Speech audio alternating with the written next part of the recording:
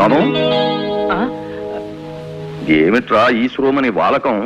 అవతల కూర్మావతారం ఇంటికెళ్ళి శుభకార్యం మాట్లాడుకుందాం అనుకున్నాం కదా. మొహం కడుకుని బయట రెడీ అవు. 5 నిమిషాలు. ఏమిటి, నువ్వు రెడీ అయినా లేక చీరాగిరా మార్చాలా? నేను రెడీగా ఉన్నాను. నీ కోసం స్టేషన్ అంతా గాలించాను రా. ఎందుకు గాలించావురా? నేను నీ కోసం బయలుదేరుతుంటే. నా కోసం ఎందుకు? నువ్వెందుకు వచ్చావు?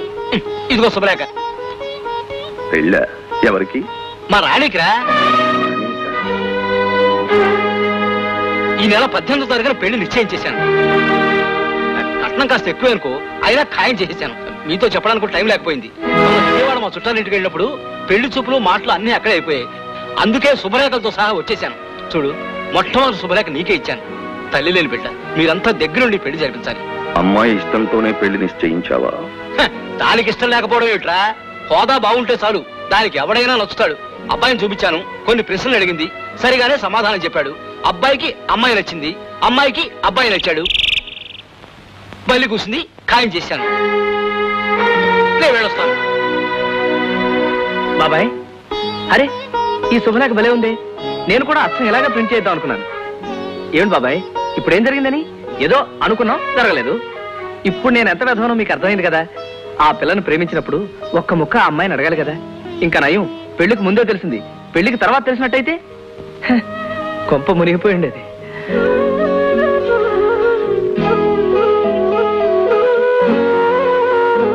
అరే ఏమిట్రా, 18వ తారీఖు పెళ్లి కావాల్సిన పెళ్లి కొడుకువి ఇంత డల్గా ఉండటమా? పైగా కాస్ట్లీ పెళ్లి కొడుకువి. నీ పెళ్లికి యూ మస్ట్ బి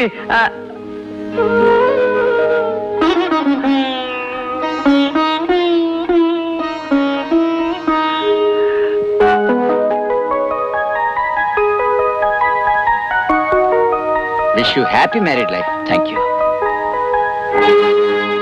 పెళ్ళైతే చాలా హ్యాపీగా ఉండాలి, కానీ నేను చాలా బాధగా ఉన్నాను. మీ ఇద్దరం కలిసి ఈ ఊరికొచ్చాం, ఇద్దరం కలిసి మాస్టర్ గారి అభిమానం పొందాం. కానీ వాడు పెళ్లి చేసుకోకుండా నేను మాత్రం పెళ్లి చేసుకోవడం నాకు చాలా బాధగా ఉంది.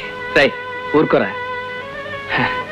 ఒకే తల్లికి పుట్టిన బిడ్డలే ఒకడు ఇంజనీర్ అవుతున్నాడు, ఒక డాక్టర్ అవుతున్నాడు. ఒకడు పెళ్లి ఇంట్లో జరుగుతుంది, ఒకడు పెళ్లి గుళ్ళో జరుగుతుంది. అవును బాబాయ్, పెళ్ళంటే గుర్తుకొచ్చింది. రాణి పెళ్లి కదా, మనం మర్చిపోయాం. మనందరం చంపేస్తుంది. పదండి పదండి. రండి. రాణమ్మ గారి పెళ్లి ఆగిపోయేటట్టుందండి. ఎందుకని? కట్ట ఇవ్వలేదని పెళ్లి కొడుకు తండ్రి తిప్పి పెట్టాడు. చాలా గొడవగా ఉందండి. త్వరగా తెలుసండి. అయ్యా, మీరు అడిగిన ₹1,00,000 కట్నం ఇచ్చాను. ఇప్పుడు మరో 50,000 తెమ్మంటే ఎక్కడి నుంచి తెచ్చాను? నేను కాబట్టి 50,000 అడిగాను. మరొకడైతే 1,00,000 అడుగుండేవాడు. ముందనుకున్న కట్నం రేటును మార్చడానికి కారణం ఏమిటో చెప్తారా? ఏం లేదండి, ఈ సంబంధం ఒప్పుకునేటప్పుడు మా వాడు ఐఏఎస్ పరీక్ష రాశాడు. రిజల్ట్స్ వచ్చే పాస్ అయ్యాడు. పరీక్ష రాసాక పాస్ అయ్యాక ఒకటే రేట్ అంటే ఎలా చెప్పండి? అందుకని 50,000 పెంచాను. ఏమిటండి ఇది? ఇదేమన్నా కాయగూరల వ్యాపారం అనుకుంటున్నారా? ఈ విషయం 1 రోజు ముందే చెప్పచ్చు కదా. అప్పుడు చెప్తే ఒప్పుకుంటారు ఏమిటి? ఇప్పుడైతే పేట్ల మీద పెళ్లి ఆగిపోతుంది కాబట్టి ఎంత అడిగినా ఇస్తారు. ఏ మిస్టర్, ఏమండి? నువ్వు ఐఏఎస్ చదివావా? పాస్ అయ్యానండి.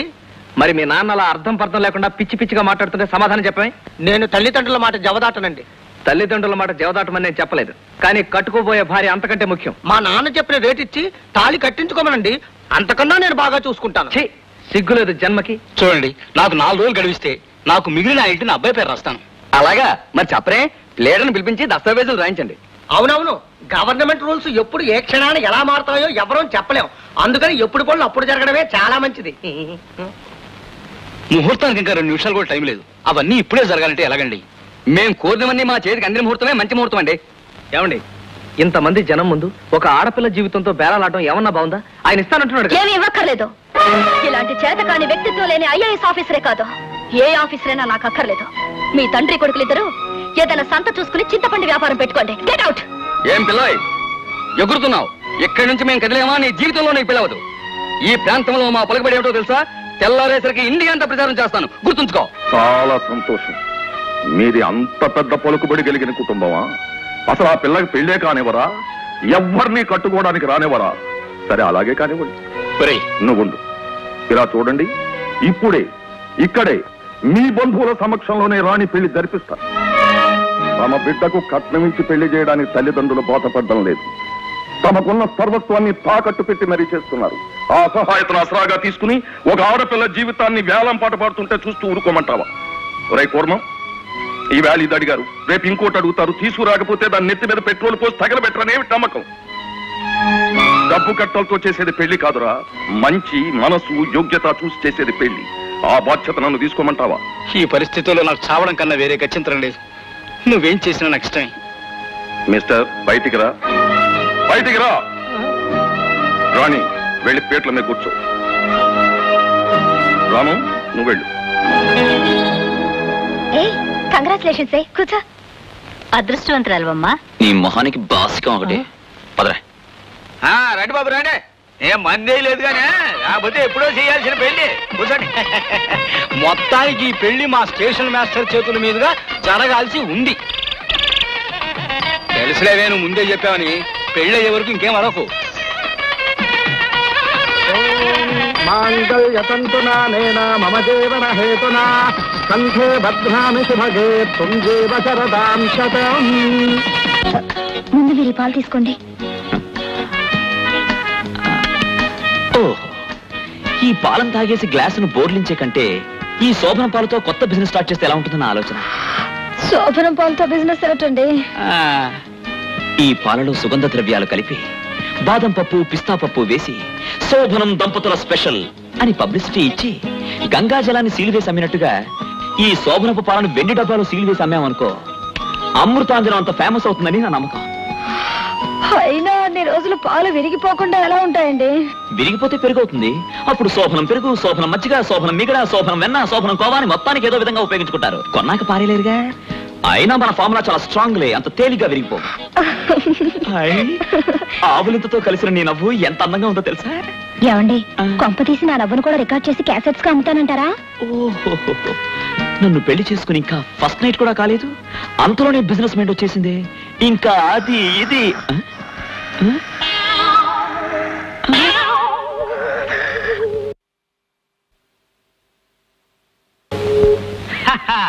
అందుకే అన్నారు, మొదటి రాత్రి ఒక్క క్షణం ఆలస్యం చేసినా వృధా చేసినా తిరిగి రాదు తేలేము అని. అవును, ఇంకా హీరోయిన్ రాలేదేమిటబ్బా? ఇదేమిటి? శోభనం పెళ్లి కూతురు పాల గ్లాసుతో కదా రావాలి. పక్కుచ్చుకొచ్చి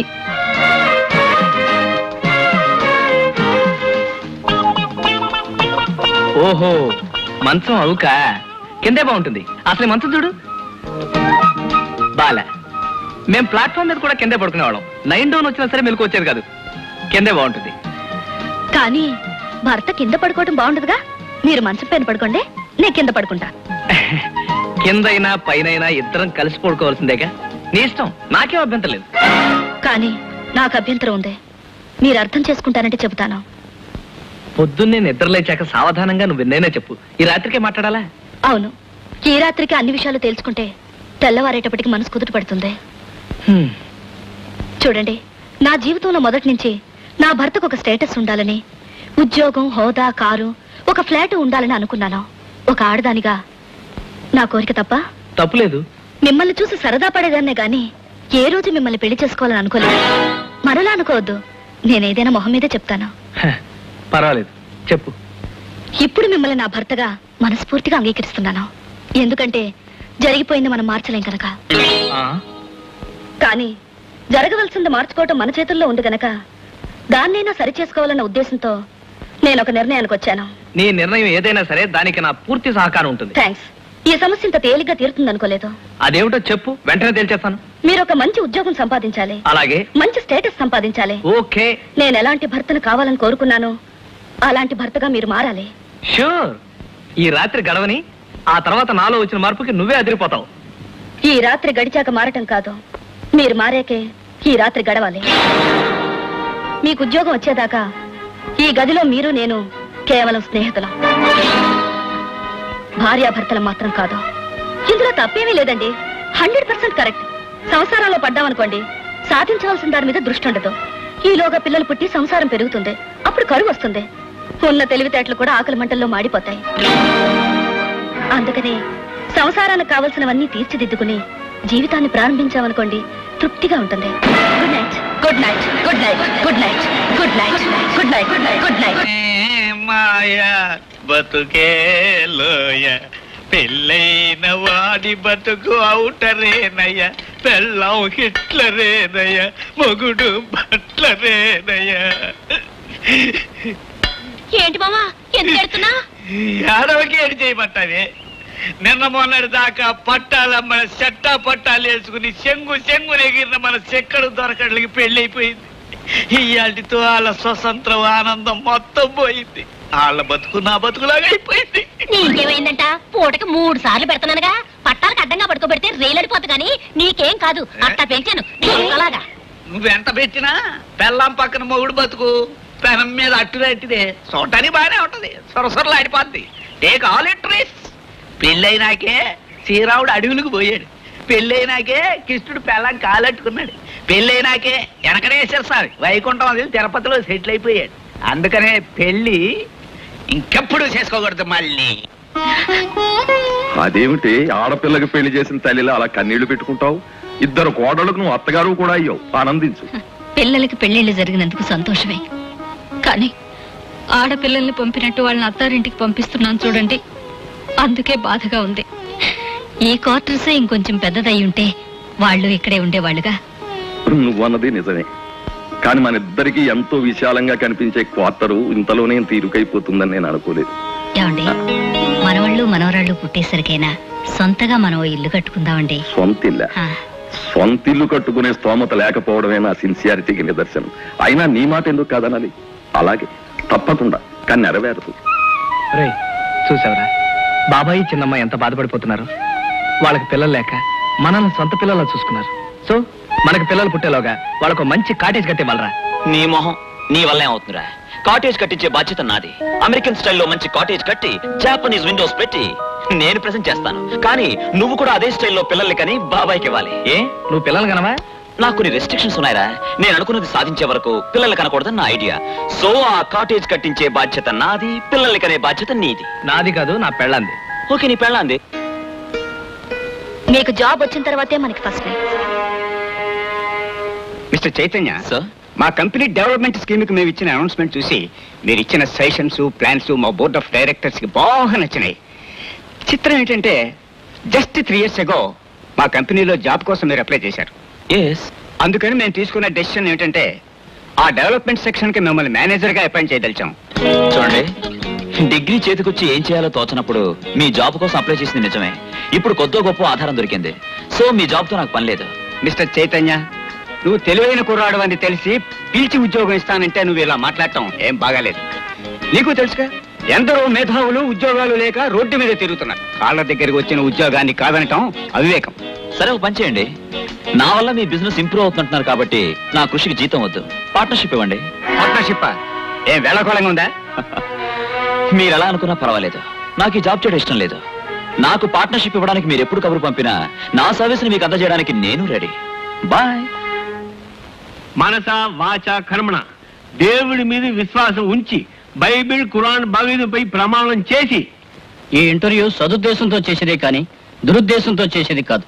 సార్, సూర్యుని చుట్టూ భూమి ప్రదక్షిణ చేసినట్టు ఉద్యోగం చుట్టూ ఇది నా 147వ ప్రదక్షిణ sir. I mean interview sir. అంత first night problem sir. First night? అదే first food problem sir. What are your qualifications? MA economics, gold medal కూడా ఉంది. చూడండి, మీరు వచ్చేటప్పుడు ఎన్ని మెట్లు ఉన్నాయి, ఆఫీస్ లో ఎన్ని డోర్స్ ఉన్నాయి, ఎప్పుడు చీకటి పడుతుంది, ఎప్పుడు తెల్లారుతుంది, ఆకాశంలో ఎన్ని చుక్కలు ఉన్నాయి, ఇలాంటి సిల్లి క్వశ్చన్ నేను అడగనండి. ఎందుకంటే మా ఆఫీస్ అంత decent. So you are qualified. కంగారు పడుతుంది, కూర్చోండి కూర్చోండి. యు ఆర్ అపాయింటెడ్ అనే ముందు ఒక చిన్న ఫార్మాలిటీ ఉంది, చెప్పండి. ఇది చాలా గుడ్ విల్ అన్న కంపెనీ. దీని టర్నోవర్ 25 లక్షలు. దీన్ని ఫస్ట్ ఫ్లోర్ స్టెప్స్ ఎక్కడానికి చాలా మంది పోటీ పడుతూ ఉంటారు. అవి ఎక్కినందుకు గుడ్ విల్ డిపాజిట్ 20,000 కట్టాలి.